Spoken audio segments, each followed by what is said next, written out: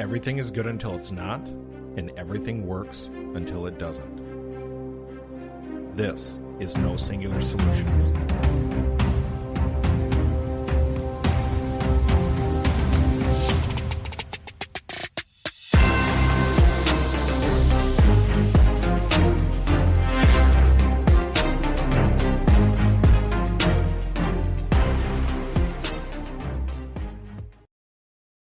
Welcome back to the No Singular Solutions podcast. My name is Joshua Hoyt, and I believe that no matter what you've been through, you can still achieve greatness and help others along the way. This podcast is about self-awareness and self-discovery and how you can be authentically impactful. Please follow along on your platform of choice. Don't forget to download episodes. On Apple Podcasts specifically, ratings and reviews will help ensure that this podcast reaches as many people as possible. Listener questions can be submitted on my website at nosingular-solutions.com/podcast. Under the tab podcast, you have feedback on fives, and that's where you can submit your questions for future episodes. Remember, every fifth episode, I'm going to take listener requests for a topic for that episode, and we'll turn it into some content. Maybe we'll even have a guest. Today's episode is about expectations. What are expectations? Expectations are results that we hope to achieve. Expectations are things that we expect of others or results that we hope others achieve. Now, setting expectations for yourself can be both good and bad. And I want to break this down a little bit. I am someone who sets very high expectations for myself, both professionally and personally. I'm a go-getter. I'm someone who likes to be a high achiever. And I usually set expectations that would make most people uncomfortable. And when I say that, I mean, I tend to reach for things that stretch me, that put me in a position to grow, and reach for ultimately goals or things that another person might look at and makes them really uncomfortable.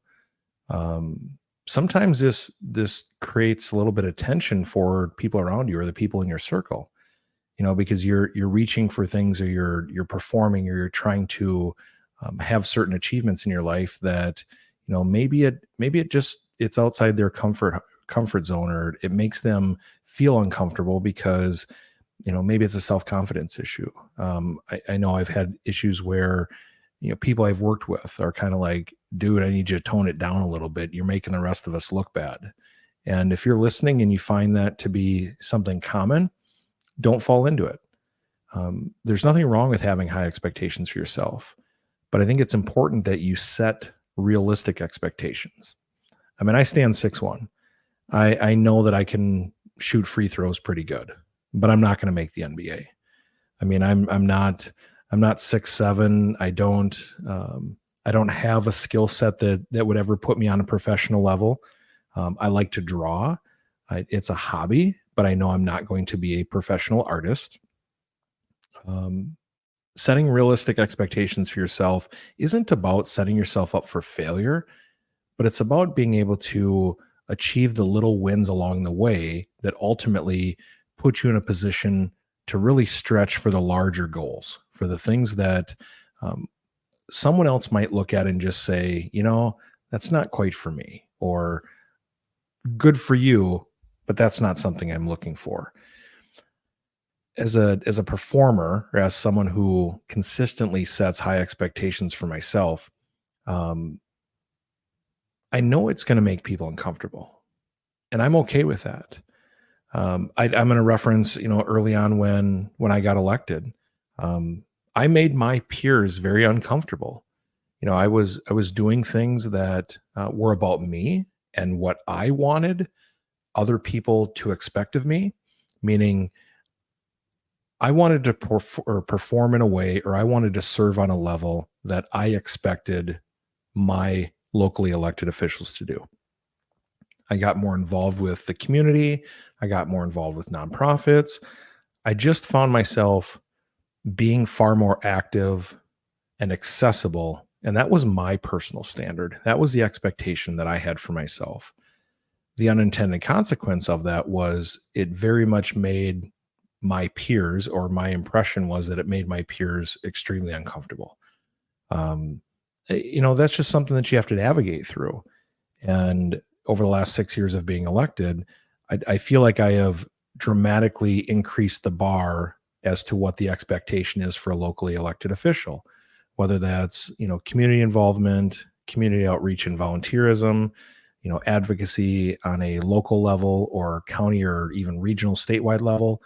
Um, but I would be lying if I didn't say that it's often crossed my mind that I wonder if I haven't set the expectation for the next person too high. Meaning, are there potentially good applicants or good candidates that could sit in the position as mayor and lead well, but might be deterred because they look at it and they go, I'm not so sure I want to do that for $7,000 a year. Like, I'm not sure I want to subject myself to that, or I'm not sure I want to make that level of commitment. And so one thing, my personal awareness is I find myself constantly assessing that about, I know what I want to do. I know what the expectations are for myself, but I also have to consider what the unintended consequences could be in the expectations that I'm now setting for others. And we see this happen in the workplace. If the standard is that you're going to work from 7 to 5, you show up and you're ready to go by 7 and you leave at 5. But we all know that we have those people in the workplace that they show up 15 minutes early, they stay an extra 30 minutes late, they maybe work through their lunch. That's their personal standard. That's their decision. That's the thing that they're trying to do, or the expectation that they've set for themselves. However, your employer or your boss might look at that and say, oh, well, if this person is doing it, why can't everyone else do it? And then that becomes the new expectation for everyone. And then it creates conflict within the workplace. And so something to consider when you're setting personal expectations for yourself is you can also strive and aspire for a lot more, but you do have to take into consideration that what you're trying to achieve, or this standard that you have for yourself, might be putting a unfair amount of criticism, or your coworkers might be looked at through a different lens just based on what your performance is. And in those situations, it can create conflict between coworkers, but it can also kind of change the norm or what the expectation is inside the workplace.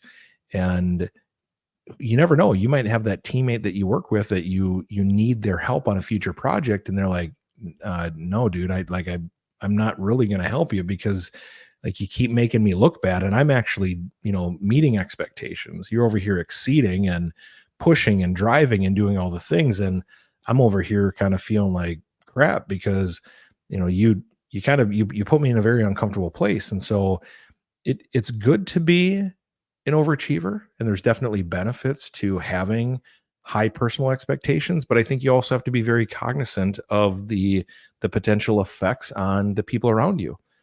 Look at your personal relationships. Look at, how you set expectations for yourself and how you show up and how you operate, and just take stock of how it affects the people around you. Your family, your spouse, your significant other, your kids, your relationship with your friends, your neighbors.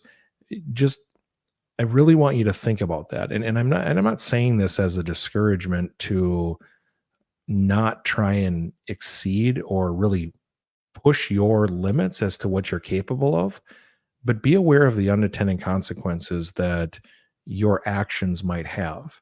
If you want to get ahead on a project, or even for people in school, you want to study really hard and put a whole bunch of extra time into it, or you want to make sure that project, exceeds expectations, that have been set by either you or your employer, you might find yourself putting in extra time outside of normal work hours, when now it comes at a cost to your family or to your kids. And you have to weigh what the pros and cons are of your effort and your aspirations to try and do this big thing at this much higher level when it comes at the detriment of, time spent with your family. And, this is something I battle a lot. I mean, I battle the balance of elected duties, going out and trying to start a business, as an employee for another company, um, my personal time with friends. Like, I'm trying to balance it all. And at the same time, like, I want to exceed my own expectations for myself and what I can achieve. But I have to be mindful and cognizant of what that means or what that cost is to other people. And it's not always a bad thing, but it requires a certain amount of balance that you have to have, in life. It's not, you often hear the thing about work-life balance and it needs to be 50-50, and it's not. They're truly scales. You're 70-30 one day, you're 20-80 the other day, you might be 100 and 0 or a 0 and 100. I personally believe that as long as your scales are constantly going back and forth, to me, that's balance. When they get tipped too far one way, whether it's personal ambition or you're overcommitting to the thing because you have this stupid high expectation of yourself and the output of your product, that they get tipped too far one way for too long. And that's when you get out of balance. And that's when you start to have that blowback or the unintended consequences on the people around you. And that's not always healthy. It starts to turn into things like, you know, your priorities are not in alignment, or you don't want to be here, or you don't want to be part of this thing. And that might be the case for some people. I know in my case, it just means that there's times where I get over committed, or I have a heavy level of commitment into, whether, again, pick the thing, job, personal, hobby, city, whatever it is. But you start to put into something so much that you really have to like step back and question, is it worth the cost of what's being lost on this other side? Like, if I put so much time and effort into this thing, is it coming at a cost somewhere else? And sometimes your high performers and those that set super high expectations for themselves, that's where burnout comes from. You put into something so much trying to achieve this level that might not be realistic. It might not be achievable or attainable. And you ultimately find yourself burning out because you're in this never ending pursuit of greatness, or this never ending pursuit of excellence, or you're trying to make a certain amount of money each year, whatever it is. Just really think about how your personal expectations have an effect on others. On the other side of it, though, you have expectations of other people. And this is true about relationships. This is true about friendships. This is true about coworkers. For those of you that spend any amount of time with me, there's a phrase that I often use, and it's called setting clearly defined expectations. I'm not referring to a certain bar or a certain level. I'm just referring to clearly state the expectation that it is that you want from someone else. So, especially in city work, having a clearly defined expectation for someone else, or the goal that we're trying to achieve, or the initiative that we're going after, if we can't define what it is that we're trying to do, or the goal that we're trying to achieve, there's ambiguity, or there's a lack of clarity. And it ultimately, and in most times in my experience, it results in you've set an expectation that's too high for someone else, and without clearly stating it, they're always going to fall short of that expectation. They're always going to fall short of whatever the goal is that you had in your mind. And so when you're setting expectations for other people, be very clear in what it is that you want from that person, or what it is that you are hoping that they deliver, or that they come through on. Because then there's a clear understanding of where each other is going to be at relative to that situation, or that matter. When you don't set clearly defined expectations, there's multiple conversations that go on. So there's the conversation that I have in my head. There's the expectation that I've set. There's the expectation or the conversation that's going on in somebody else's head, and then there's reality or what actually happens. And most times I have found in the decades of working with people and setting clearly defined expectations and not setting clearly defined expectations, that when you don't have that clarity, you're setting people up for failure. And it's not fair to them. You're potentially giving them a standard by which they're never going to be able to achieve because they don't know exactly what that is. And I found this to be very relevant with performance reviews. Early on in my career when I was doing performance reviews, they were always done on me after the fact. So like I would work for a year and then I would have my quote unquote annual performance evaluation. And I never knew, like I thought I was doing good. And I thought, yeah, okay, I'm hitting these sales goals. I'm hitting these markers. I'm going to be exceeds expectations or above expectations, or exceeds and far exceeds expectations. That's what I thought. And when I would sit down and go through an evaluation, occasionally I would get things like, you meet expectations. And I'm going, I don't understand it. I'm like the number one sales guy. I'm outperforming everybody else. I'm hitting all the metrics. I'm doing all the things. How am I meeting expectations? Like that means that everybody else is either far below or below. Well, my superior, my leader, my boss, whatever it may be, had significantly higher expectations for me than what I thought they did. And so here I come in thinking I'm going to get these great reviews. And all of a sudden I'm like, oh, you're average compared to where you were supposed to be. And I didn't understand that. I didn't understand how I can be outperforming all of these other people, and yet I'm only meeting expectations. Like, that's very uncomfortable. And then when I started working with Apple Autos, there was a gentleman named Joseph Orr, and he started talking about how you do evaluations. And performance evaluations should be done from the beginning, leading into the next 12 months. So that when you have your performance evaluation, yes, it's a recap of the prior year, but what you're really doing is you're setting the expectation for the next 12 months.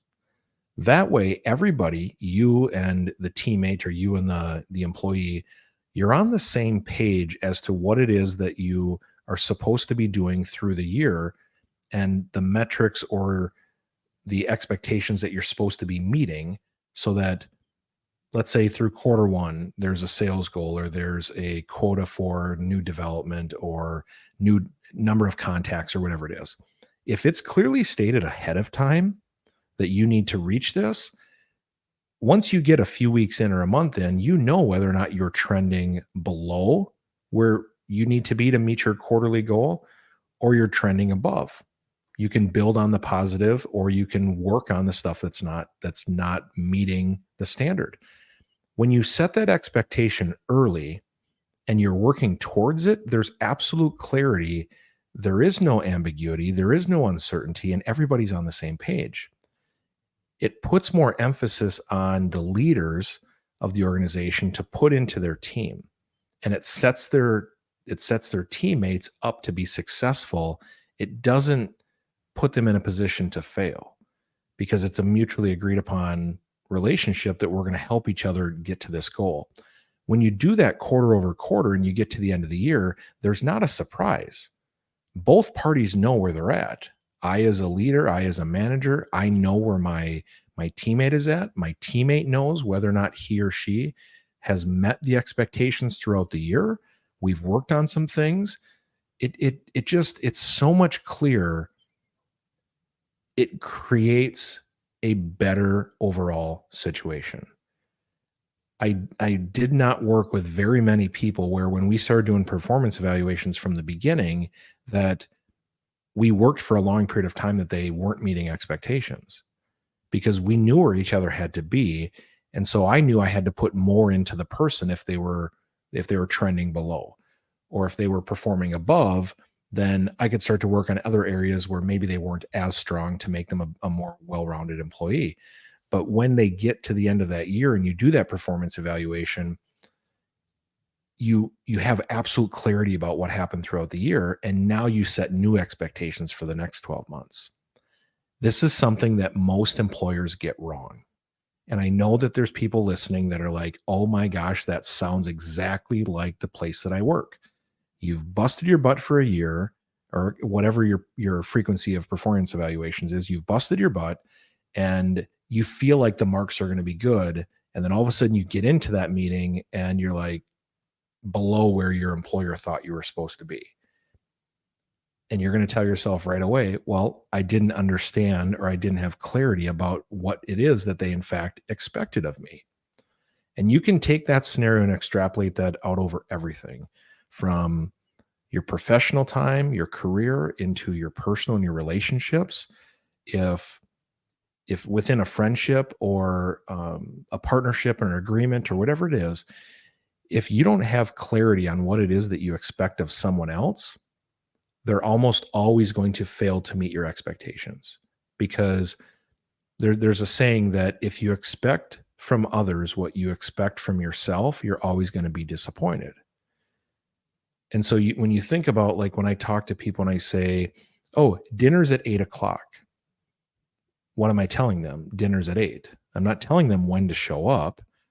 I don't know how they coordinate their time. So if they roll in at 7:55, that might not work, because I'm thinking, hey, I thought we are going to have conversation ahead of time, or, have something to drink, or, do whatever. And then we'll eat at 8 o'clock. Set clear expectations. We're going to have dinner at 8. Let's meet around 7. We can have a few drinks. We can talk, have good conversation, and everybody will be ready. And then we'll have dinner at 8 o'clock.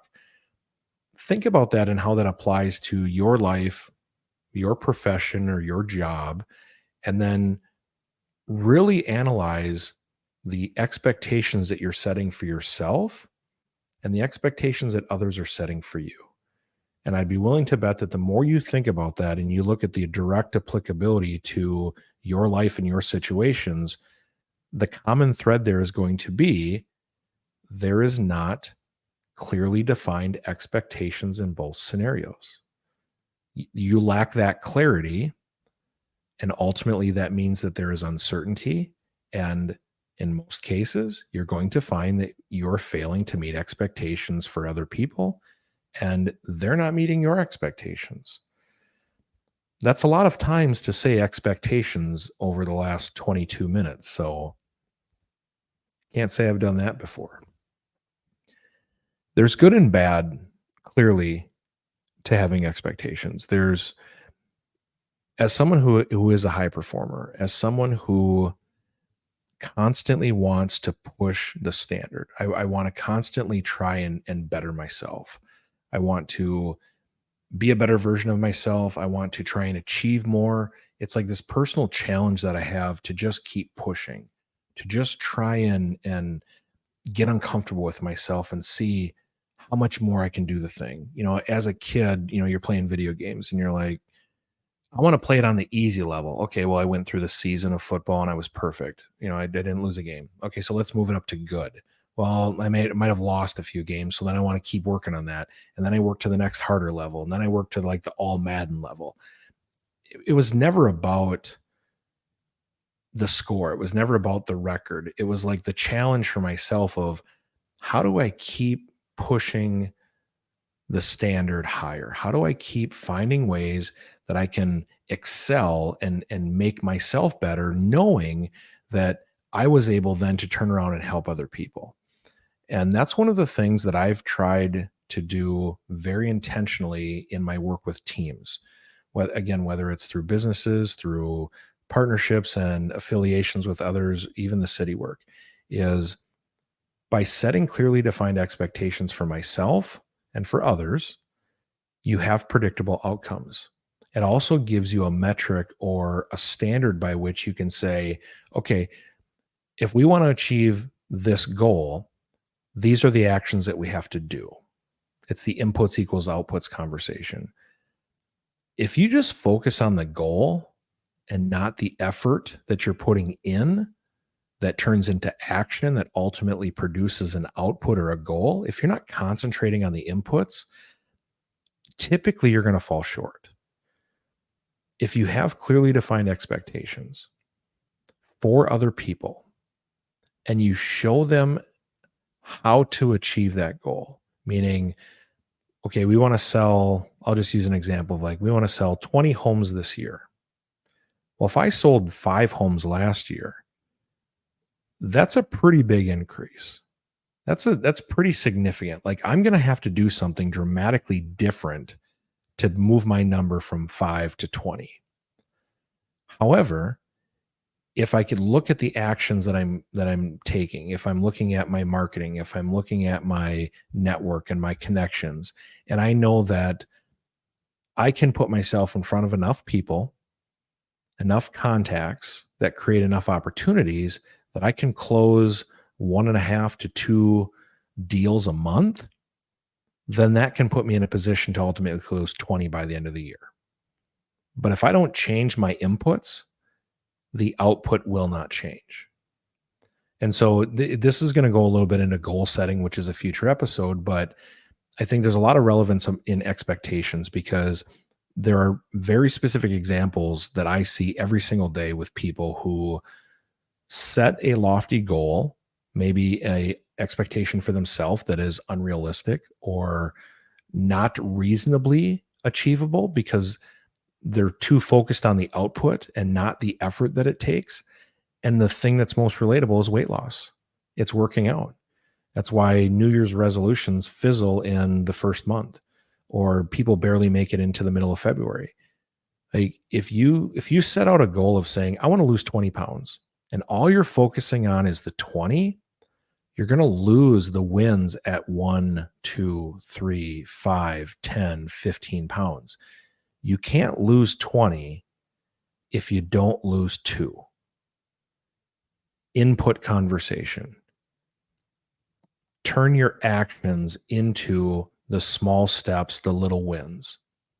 You can set a lofty goal. You can set an expectation for yourself that seems uncomfortably high, but if you're focused on the output and the end result, instead of being focused on the effort and the inputs, you're going to get discouraged. That's why people do really well for a short period of time and then they fall off. There's not enough consistency. And you see this across the board. For me, the weight loss, the New Year's resolution is the easiest one because it's like the thing that everybody tries to do. But whether you want to quit smoking, quit drinking, start working out, you want to make more money this year, you want to travel, whatever it is, you have to find a way to concentrate on your inputs. You have to concentrate on the actions every single day, down to the micro level of today I'm going to do this.